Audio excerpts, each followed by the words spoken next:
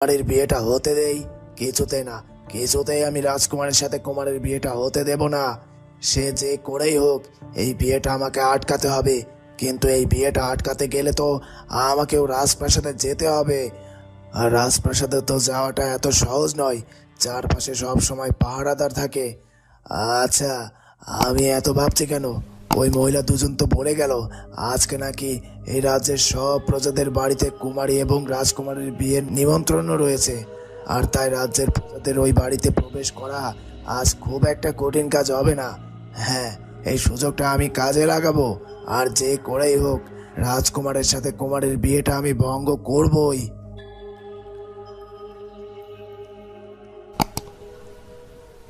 এই রাজপ্রাসাদে রাজকুমারের সাথে আমার বিবাহের তোড়জোড় শুরু হয়ে গেছে। এই রাজপ্রাসাদকে সুসজ্জিত করা হয়ে গেছে।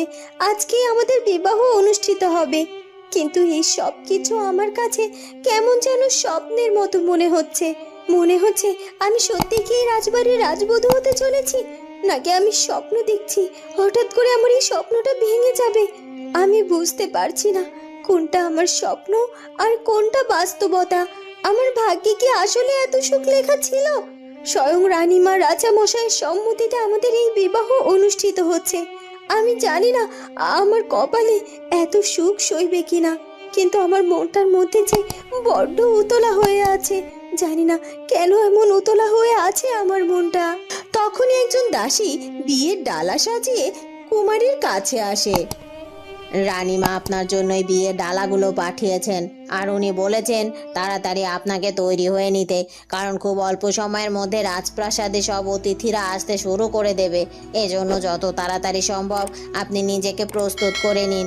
আর এই বিয়ের ডালার মধ্যে আপনার পোশাক সহ যাবতীয় সব গয়না সামগ্রী দেয়া আছে। আর যদি কোনো কিছুর প্রয়োজন হয় তাহলে আমাকে অবশ্যই ডাকবেন, আমি আপনার কক্ষে এসে হাজির হয়ে যাব। এ কথা বলে দাসী সেখান থেকে চলে যায়। কুমারীর সাথে রাজকুমারের বিয়ের খবরটা জেনে উর্মিমালা অনেক বেশি রেগে যায়, আর সে কিছুতেই নিজের রাগকে নিয়ন্ত্রণ করতে পারে না। হ্যাঁ, এমনটা করিস না মা। শান্ত হ, শান্ত হ। তোর যদি কিছু হয়ে যায় তাহলে আমার কি হবে? আমার একমাত্র মেয়ে তুই। আমার পৃথিবীতে তুই ছাড়া আর কিছুই নেই রে। এরকম পাগলামি করিস না। তাহলে আমি কি করে বাঁচবো বলতো? তাই বলছি মা, এমনটা করিস না। ফেলে দে, ফেলে দে তুই চাকুটা হাত থেকে। না না, কিছুতেই না, কিছুতেই